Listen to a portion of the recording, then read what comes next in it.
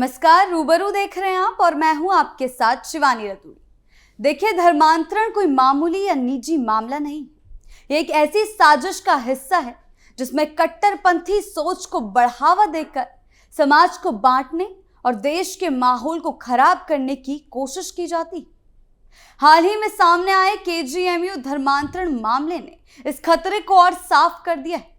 Doctor Ramiz की गिरफ्तारी के बाद एक ऐसे राज खुल रहे हैं जो ये दिखाता है कि ये सिर्फ एक व्यक्ति का मामला नहीं बल्कि एक संगठित नेटवर्क का हिस्सा है। जांच में जैसे जैसे परतें खुल रही हैं, ठीक वैसे वैसे दिल्ली बम धमाके में शामिल डॉक्टरों से जुड़े लिंक भी सामने आ रहे हैं, जिसने इस पूरे मामले को एक नया मोड़ दे दिया है। साफ है कि योगी सरकार ऐसे कट्टरपंथी एजेंडे को लेकर बिल्कुल भी नरमी के मूड में नहीं है और इसी वजह से एजेंसियां पूरी सख्ती के साथ जांच पड़ताल में जुटी हुई। क्या कुछ हुआ है, आइए जानते हैं विस्तार से। केजीएमयू धर्मांतरण मामले का खुला बड़ा राज। जी हां, ये मामला किंग जॉर्ज मेडिकल यूनिवर्सिटी के डॉक्टर रमीज मलिक का है, जो धर्मांतरण के मामलों में फंसा हुआ है। हाल ही में उसकी गिरफ्तारी हुई, जिसके बाद एक बड़े राज का खुलासा हो रहा है और साथ ही दिल्ली बम धमाके के आरोपी डॉक्टर परवेज अंसारी से अब उसका लिंक सामने आया है। जांच एजेंसियों के अनुसार डॉक्टर रमीज और डॉक्टर परवेज ने मिलकर एक व्हाट्सएप ग्रुप बनाया था जिसका नाम इस्लामिक मेडिकोज बताया जा रहा है। इस ग्रुप में एसएन मेडिकल कॉलेज के कुछ छात्र, जूनियर डॉक्टर और बाहर के कुछ मौलाना भी जुड़े हुए थे। पुलिस का दावा है कि इस ग्रुप का मकसद मेडिकल कॉलेज की छात्राओं से संपर्क बढ़ाना और उन्हें प्रभावित करना था। आरोप है कि छात्राओं से दोस्ती कर धीरे धीरे उन्हें अपने करीब लाया जाता है। पुलिस का कहना है कि इस ग्रुप का मकसद सिर्फ बातचीत करना नहीं था, बल्कि मेडिकल कॉलेज की छात्राओं से जानबूझकर संपर्क बढ़ाना और उन्हें धीरे धीरे अपने असर में लेना था। आरोप है कि पहले दोस्ती की जाती थी, पढ़ाई और फिर मदद के बहाने नजदीकियां बढ़ाई जा रही थी। इसके बाद लगातार बात करके उन्हें भावनात्मक रूप से जोड़ा जाता था।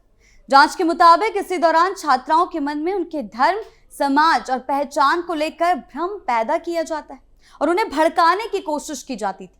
पुलिस का दावा है कि ये सब बहुत सोच समझकर किया जा रहा था ताकि छात्राएं मानसिक दबाव में आ जाएं और उनका विरोध करने का साहस टूट जाए, और यही वजह है कि एजेंसियां इस पूरे मामले को एक गंभीर साजिश मानकर गहराई से जांच कर रही। इन तरीकों का इस्तेमाल कर छात्राओं पर धर्म परिवर्तन का दबाव बनाया जाता था। जांच में यह भी कहा गया है कि इस नेटवर्क के जरिए कई छात्राओं को पहले से ही प्रभावित किया गया।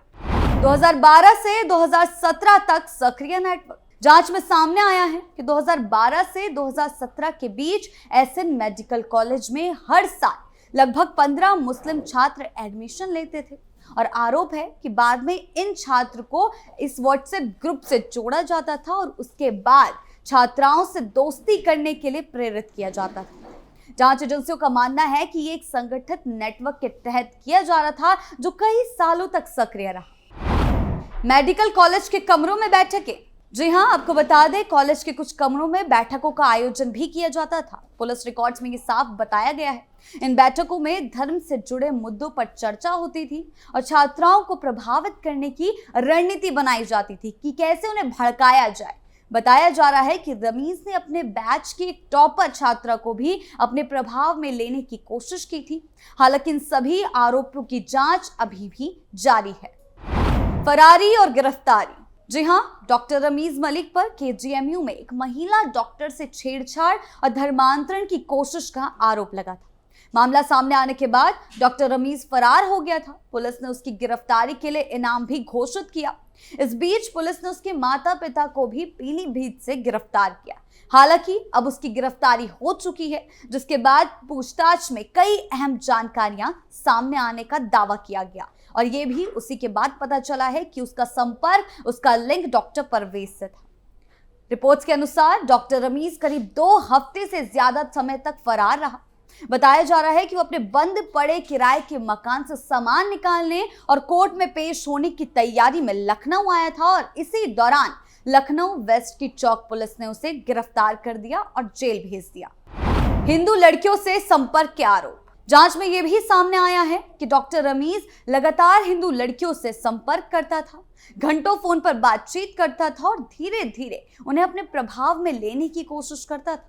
पुलिस का कहना है कि गिरफ्तारी के बाद कई पुराने संपर्कों और कॉल डिटेल्स की जांच की जा रही है, जिससे नेटवर्क की पूरी तस्वीर सामने आ सके। दिल्ली बम धमाके से कनेक्शन। जी हां, डॉक्टर परवेज अंसारी का नाम दिल्ली बम धमाके के मामले में सामने आने के बाद अब एजेंसियां और भी ज्यादा सतर्क हो गई।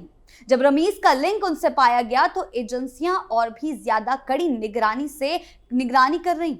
एजेंसियों का मानना है कि मामला सिर्फ धर्मांतरण तक सीमित नहीं है, बल्कि इसके तार देश विरोधी गतिविधियों से भी जुड़े हो सकते हैं। और इसी वजह से अब एसएन मेडिकल कॉलेज से जुड़े कश्मीर, उत्तर प्रदेश और अन्य राज्यों के छात्रों और जूनियर डॉक्टरों का रिकॉर्ड भी खंगाला जा रहा है। बड़े नेटवर्क की आशंका। जी हां, ये पूरा मामला एक बड़े नेटवर्क की ओर इशारा करता है। पुलिस को शक है कि इस नेटवर्क को विदेश से फंडिंग मिल रही थी। आरोप है कि इस फंडिंग के जरिए एक खास एजेंडा चलाने की कोशिश की जा रही थी। हालांकि इन सभी बिंदुओं पर जांच अभी जारी है।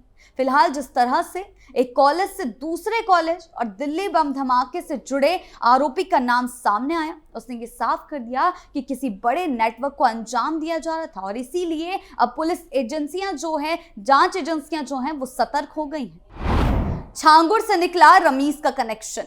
जी हां, पुलिस पूछताछ में डॉक्टर रमीज के माता पिता ने बताया है कि रमीज बलरामपुर निवासी छांगुर नाम के व्यक्ति से प्रभावित था और छांगुर का नाम पिछले कुछ दिनों धर्मांतरण के बड़े रैकेट से जुड़ा हुआ था।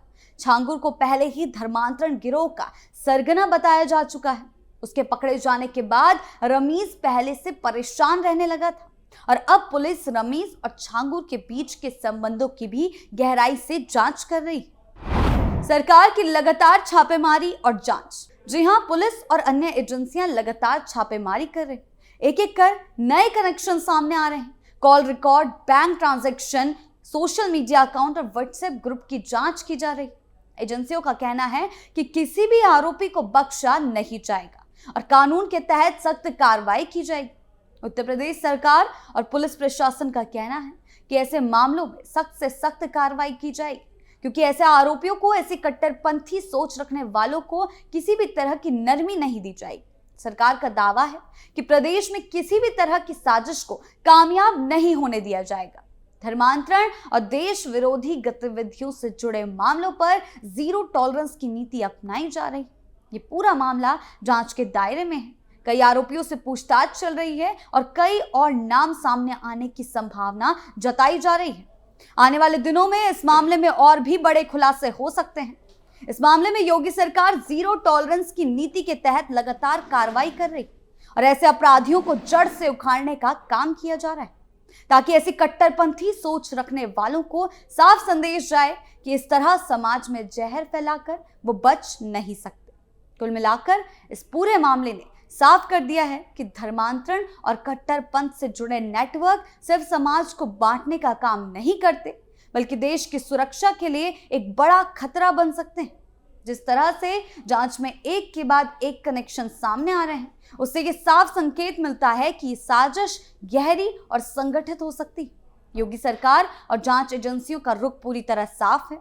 जो लोग भी समाज का माहौल खराब करने, युवाओं को गुमराह करने और देश विरोधी गतिविधियों में शामिल पाए जाएंगे, उन्हें किसी भी हाल में बख्शा नहीं जाएगा।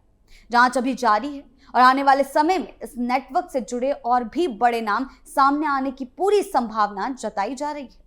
आपकी इस बारे में क्या राय है, हमें कमेंट सेक्शन में जरूर बताएं। धन्यवाद।